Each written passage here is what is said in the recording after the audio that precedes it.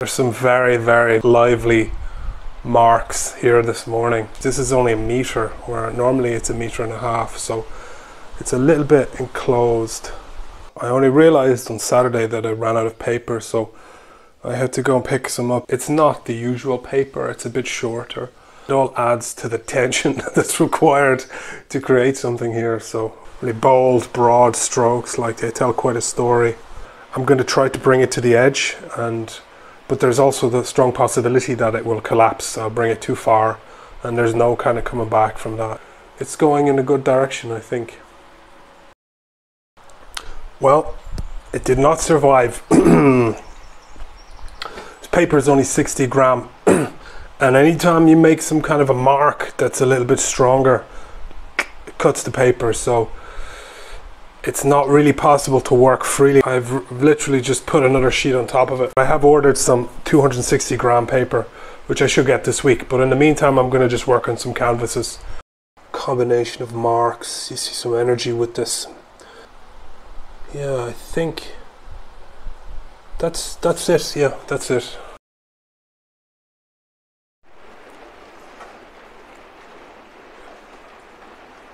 A lot of what I'm researching here, how to get this pigment on the canvas. And you've got the choice of having a brush mark or tool mark, or no tool mark if you're going to pour it or throw it or whatever. Remnants of the action, so you can see the action that was made here. For the last few pieces I've looked at combining them and how they can interact. I've basically squared away, I've archived different paperworks. These are from this week, and going back each week, it's sort of a streamlining in my process where it's to push the process center stage. From that process, essentially, sometimes it moves on to a canvas, and then these finished paintings are a byproduct rather than the end point. I mean, again, when you state it like this, it's obvious enough, but it's the lived experience, and when you arrive at these sort of realizations yourself, they're far more valuable that you've kind of gone through the mistakes, if you like, and you've garnered, or you've gained this lived experience, this knowledge, and yeah, you can wear it with a lot more confidence, I think. So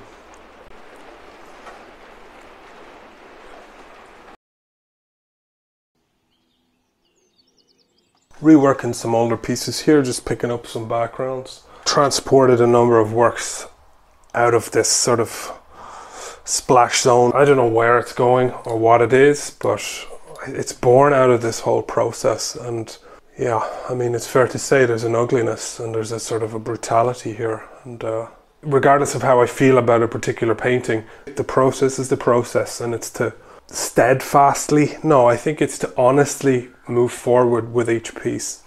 And as this whole lockdown thing sort of tightened, I think I was responding to that too. I can see this kind of energy, this inhibited energy. I'm really surprised at the sudden change in atmosphere as soon as I got this thing up. Something I'm trying now is to actually just go ahead and make mistakes, to consciously make mistakes here, and to go against these sort of ideas that I've set up for myself. A mistake is a label after the fact, but beforehand it could be a master stroke. I think it pays to be courageous and to take a chance in this kind of work. So yeah, it feels great to be up on this large scale piece of paper, find that freedom again. There's so many different areas of pigment that are sort of fighting, they're vying for the attention. It's just a nice exercise just to get loose again, and I tried to preserve this area, but inevitably that meant that it kind of threw the thing off balance. There are some marks that I think needed to be made, and I would second guess myself. I'd stop and think about it, and then ultimately it throws off the sort of natural flow of what's happening. Yeah, really, really nice to connect the energies here and to just kind of let it flow. So finally some blue light, blue sky. I'm just looking at the tendency, my tendency for repetition, to hit upon a certain kind of a mark, kind of hold on to too tightly and replicate it again and again. That's the most certain recipe to sort of, sink the painting or to collapse this language, is just to, like, cover the whole surface with the same thing. So I did have some nice sort of areas, some nice moments emerging this morning, and the more involved I become with the paint or the pigments, the more I try to will it in a certain direction, the less alive it is. It just becomes more and more dull and clunky, I suppose. Oh, it's incredible to have the sun back again. Of course, something I forgot is I can't work in the studio beyond 11 or 12. It's just like a sweat box. Went for a really nice walk around the lake here to actually enjoy the heat rather than trying to fight it. I met a friend and talked at great length about art in general, and I'd like to kind of get back to those sort of raw discoveries, those sort of really, yeah, these sort of emergences. But yeah, I mean, I really appreciate, you know, the community of artists or talking to artists. It's very useful to get an external perspective and to get to kind of reframe your experience. Yeah, so back to the rain here, of course, and all the same, it was a beautiful day, beautiful light today. So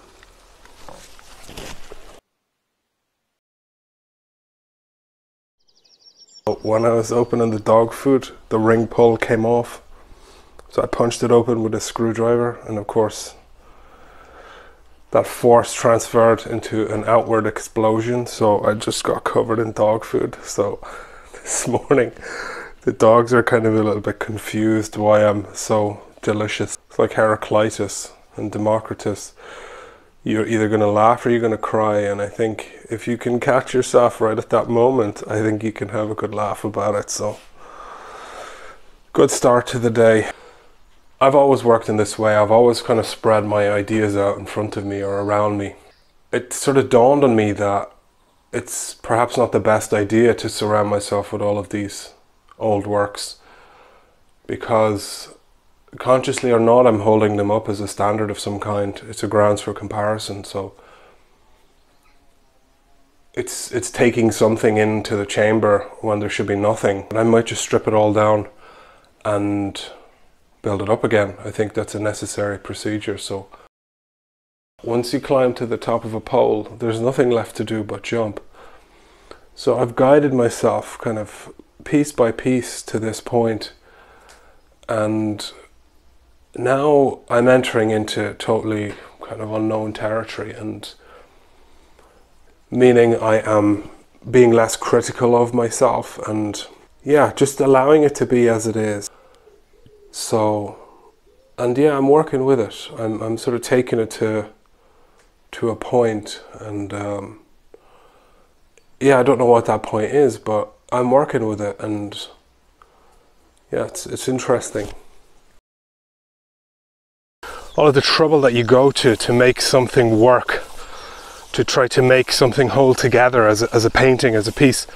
There's a tightening in the muscles, if you like, and is a build-up of this energy, is a build-up of this tension.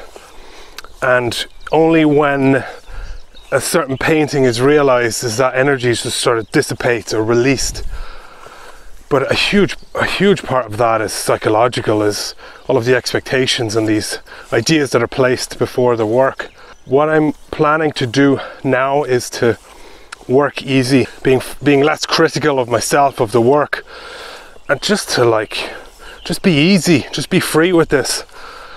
It's a more constant evenness of attention and focus, rather than like a tightening and a restriction and then a sudden explosion like this dog food, you know. Speaking of the dog food, it's funny, but smelling that dog food on my clothes all morning, it made me really hungry, and I don't particularly like the taste of dog food. Too hot in here.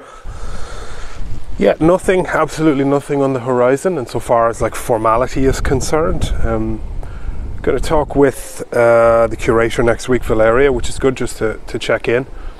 This is the most intensively I've ever worked. I mean, I'm working in here every day, and I think that gives you the possibility to really kind of, you know, get into the details of what you're doing and not doing, and I can see completely different, you know, roads opening up that I would be very curious to discover. So going to leave it there. I guess stay safe, take care of your mind, and I'll talk to you next week.